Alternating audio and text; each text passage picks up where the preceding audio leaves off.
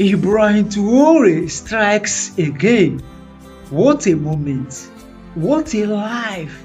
He just opened Best African University in Burkina Faso. Now, not up to 2 weeks that he rejected Saudi Arabia's offer for them to build up to 200 mosques in Burkina Faso.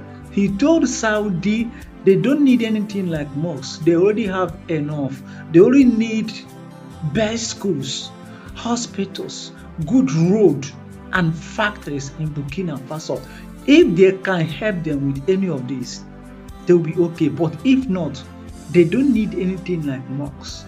Now, not up to 2 weeks that he rejected that offer, he already opened Best African University. Take a look at the university we are talking about. Take a look at the classrooms, the environment. Best African University. He said that Western countries' leaders have been taking away the brilliant people from Africa through scholarship.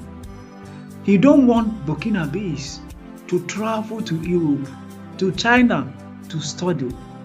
He will open best schools, the kind of schools they attended over there. He will open it in Burkina Faso.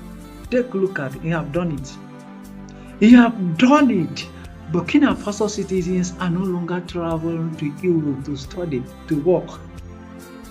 Everything that are there, all of them are also in Burkina Faso right now. Take a look at what we are saying. Share this message. Share this video. Many Africans need to see this. Like this video so that YouTube and Facebook will push this video more to many Africans to see the miracles, the wonders that is going on. This young guy is performing in Burkina Faso.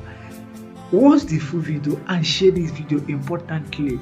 If you're not a wicked person, share this video, like this video, so that it will reach to more people, more Africans. Watch. We lift our voices and raise our hands in celebration of a leader whose name echoes across the valleys and mountains of Burkina Faso and beyond, President Captain Ibrahim Traore. Let the drums of African pride beat. Let the children of Africa know that a new dawn has risen from the heart of Ouagadougou. A dawn where a leader chooses classrooms over cathedrals of politics, where he raises schools instead of structures that divide, where he builds futures instead of fantasies. Yes, it is no rumor, it is fact. While the Kingdom of Saudi Arabia offered to build 200 mosques in Burkina Faso, our bold and visionary president, Captain Ibrahim Traore, stood firm. He looked beyond symbolism and chose substance. He said, "We already have enough mosques. What we need now are schools, jobs, science, books, and opportunities." He didn't reject faith. He embraced the future. He didn't turn his back on religion. He opened his arms to reason, responsibility, and reform. Captain Traore chose schools over mosques, and Intervlog says bravo, bravo 1,000 times. 2 weeks after this historic decision, what did we see?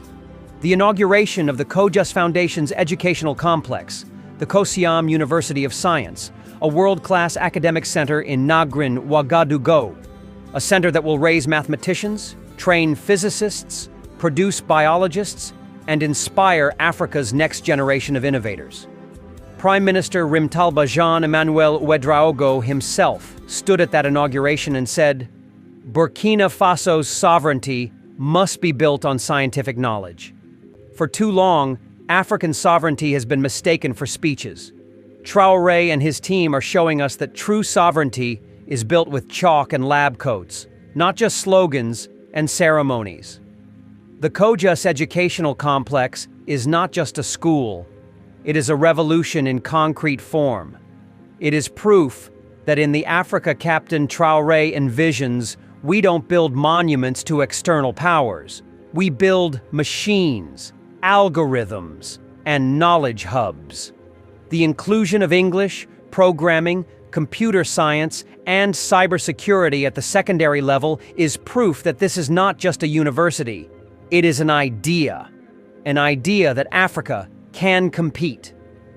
An idea that the Burkina child will not be left behind in the global race of innovation. To all African leaders, imitate Troare. Copy his courage. Copy his clarity. This is the path forward. Stop borrowing ideologies and start investing in ideas. Stop building for the past. Build for the future. Stop depending on aid and start depending on your youth. And speaking of youth, let's shout out the CPES Association. Under the inspiration of this educational revolution, they have launched a powerful campaign. 2 million notebooks for disadvantaged students in Burkina Faso for the 2025 to 2026 school year. Notebooks, my people. Not prayers without action, not empty promises, not handouts, but tools to write a better tomorrow. These are not just notebooks, they are symbols. They carry the image of our combatants, the FDS and VDP. They carry the legacy of Captain Ibrahimtraore. They carry the eternal vision of Thomas Sankara. When a child picks up one of these notebooks, they are not just holding paper, they are holding power. Power to read, power to write, power to become a doctor, a coder, a scientist, an inventor, power to liberate. Burkina Faso under Troare has proven that transformation does not come from foreign palaces, but from local planning. He has shown us that it is better to have one school that teaches thousands than 100 buildings that teach nothing. Troare reminds us is that religion without knowledge leads to manipulation.